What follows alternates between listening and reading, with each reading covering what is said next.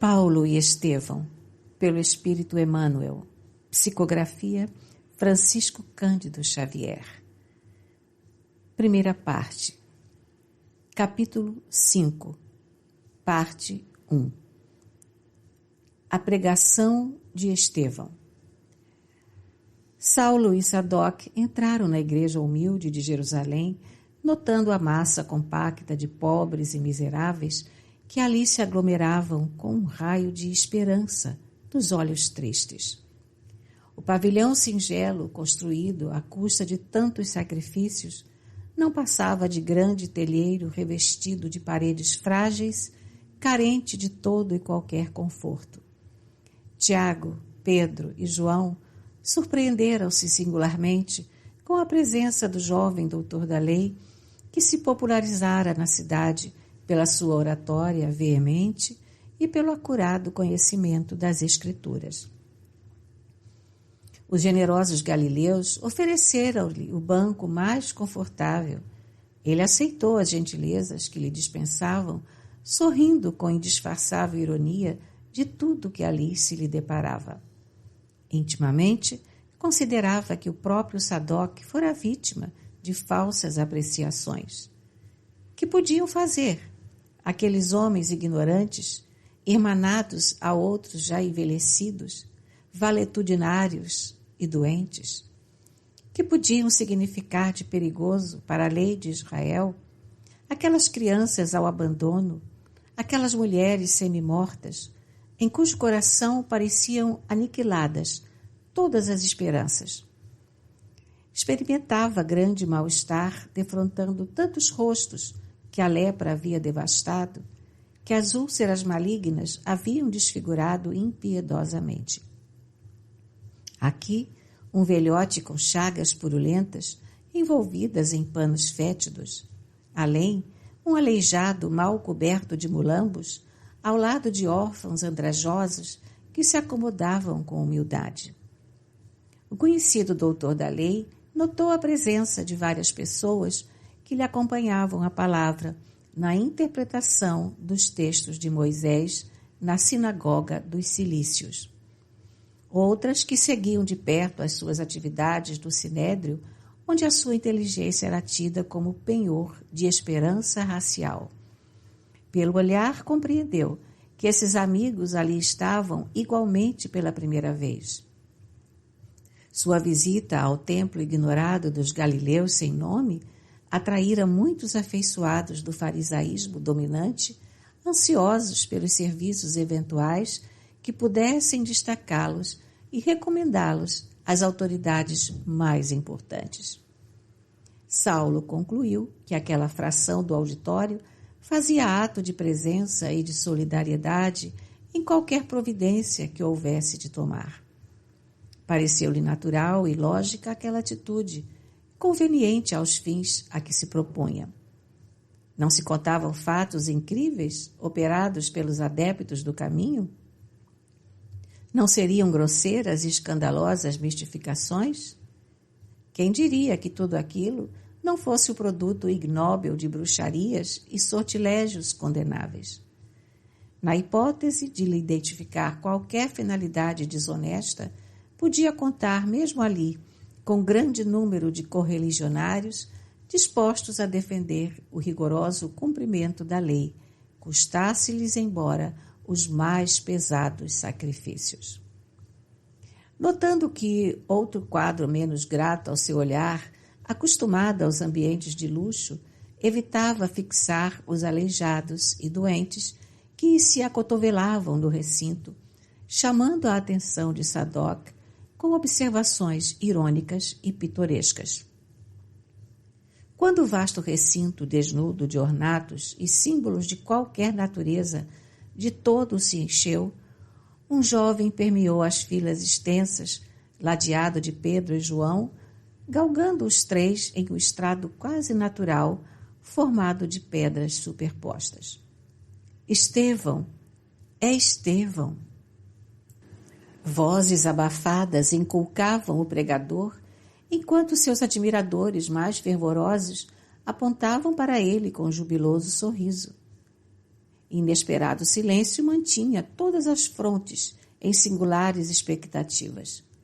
O moço, magro e pálido, em cuja assistência os mais infelizes julgavam encontrar um desdobramento do amor do Cristo, orou em voz alta, suplicando para si e para a Assembleia a inspiração do Todo-Poderoso. Em seguida, abriu um livro em forma de rolo e leu uma passagem das anotações de Mateus.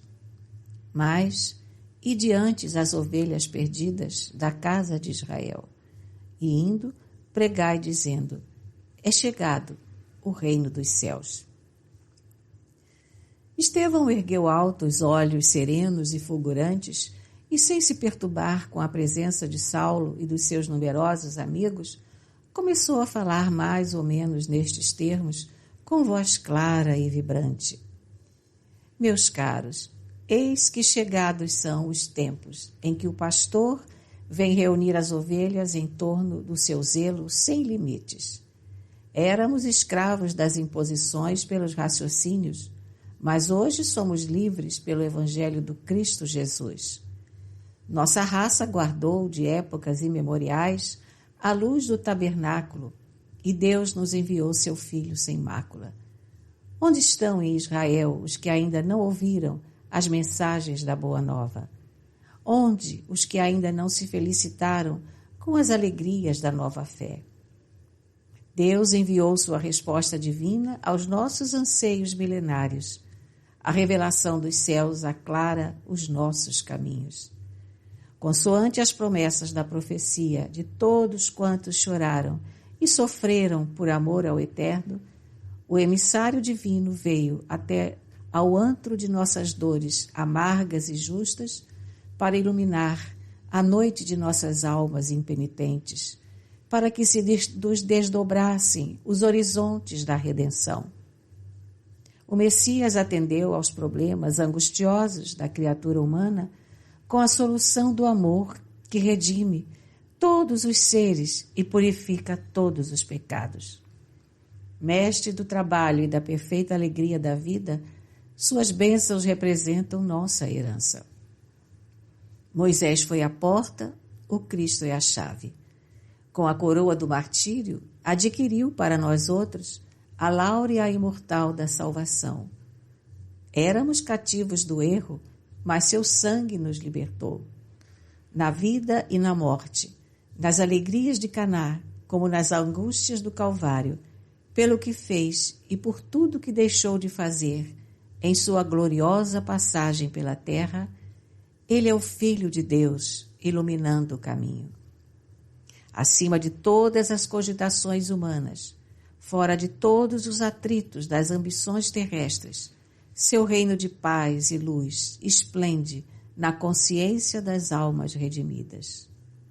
Ó Israel, tu que esperaste por tantos séculos, tuas angústias e dolorosas experiências não foram vãs. Enquanto outros povos se debatiam nos interesses inferiores, cercando os falsos ídolos de falsa adoração e promovendo simultaneamente as guerras de extermínio com requintes de perversidade, tu, Israel, esperaste o Deus justo. Carregaste os grilhões da impiedade humana na desolação e no deserto. Converteste em cânticos de esperança as ignomínias do cativeiro. Sofreste o opróbrio dos poderosos da terra. Viste os teus varões e as tuas mulheres, os teus jovens e as tuas crianças exterminados sob o guante das perseguições, mas nunca decreste da justiça dos céus. Como salmista, afirmaste com teu heroísmo que o amor e a misericórdia vibram em todos os teus dias. Choraste no caminho longo dos séculos com as tuas amarguras e feridas. Como Job, viveste da tua fé subjugada pelas algemas do mundo, mas já recebeste o sagrado depósito de Jeová, o Deus único. Ó esperanças eternas de Jerusalém, cantai de júbilo, regozijai-vos, embora não tivéssemos sido fiéis inteiramente à compreensão por conduzir o Cordeiro amado aos braços da cruz. Suas chagas, todavia, nos compraram para o céu com o alto preço do sacrifício supremo. Isaías o contemplou, vergado ao peso de nossas iniquidades, florescendo na aridez dos nossos corações, qual flor do céu no solo adusto, mas revelou também que desde a hora da sua extrema renúncia, na morte infamante, a sagrada causa divina prosperaria para sempre em suas mãos. Amados, onde andarão aquelas ovelhas que não souberam ou não puderam esperar? Procuremo-las para o Cristo como dracmas perdidas do seu desvelado amor. Anunciemos a todos os desesperançados as glórias e os júbilos do seu reino de paz e de amor imortal. A lei nos retinha no espírito de nação, sem conseguir apagar de nossa alma o desejo humano de supremacia na terra. Muitos de nossa raça hão esperado um príncipe dominador que penetrasse em triunfo a cidade santa com os troféus sangrentos de uma batalha de ruína e morte, que nos fizesse empunhar um cetro odioso de força e tirania. Mas o Cristo nos libertou para sempre. Filho de Deus e emissário da sua glória, seu maior mandamento confirma Moisés, quando recomenda o amor a Deus acima de todas as coisas, de todo o coração e entendimento, acrescentando no mais formoso decreto divino que nos amemos uns aos outros, como Ele próprio nos amou. Seu reino é o da consciência reta e do coração purificado ao serviço de Deus. Suas portas constituem um maravilhoso caminho da redenção espiritual, abertas de par em par aos filhos de todas as nações. Seus discípulos amados virão de todos os quadrantes. Fora de suas luzes, haverá sempre tempestade para o viajor vacilante da terra, que sem o Cristo cairá vencido nas batalhas infrutuosas e destruidoras das melhores energias do coração. Somente o seu evangelho confere paz e liberdade. É o tesouro do mundo. Em sua glória sublime, os justos encontrarão a coroa de triunfo, os infortunados o consolo, os tristes a fortaleza do bom ânimo, os pecadores a senda redentora dos resgates misericordiosos. É verdade que o não havíamos compreendido. No grande testemunho, os homens não entenderam sua divina humildade e os mais afeiçoados o abandonaram. Suas chagas clamaram pela nossa indiferença criminosa. Ninguém poderá eximir-se dessa culpa, visto sermos todos herdeiros das suas dádivas celestiais. Onde todos gozam do benefício, ninguém pode fugir à responsabilidade. Essa a razão por que respondemos pelo crime do Calvário. Mas suas feridas foram a nossa luz, seus martírios o mais ardente apelo de amor, seu exemplo o roteiro aberto para o bem sublime e imortal. Vinde, pois, comungar conosco à mesa do banquete divino, não mais as festas do pão putrescível, mas o eterno alimento da alegria e da vida. Não mais o vinho que fermenta, mas o néctar confortante da alma, diluído nos perfumes do amor imortal. O Cristo é a substância da nossa liberdade. Dia virá em que o seu reino abrangerá os filhos do Oriente e do Ocidente, num amplexo de fraternidade e de luz. Então, compreenderemos que o Evangelho é a resposta de Deus aos nossos apelos em face da lei de Moisés. A lei é humana, o Evangelho é divino. Moisés é o condutor, o Cristo o Salvador. Os profetas foram mordomos fiéis, Jesus, porém, é o Senhor da vinha. Com a lei éramos servos, com o Evangelho somos filhos livres de um Pai amoroso e justo.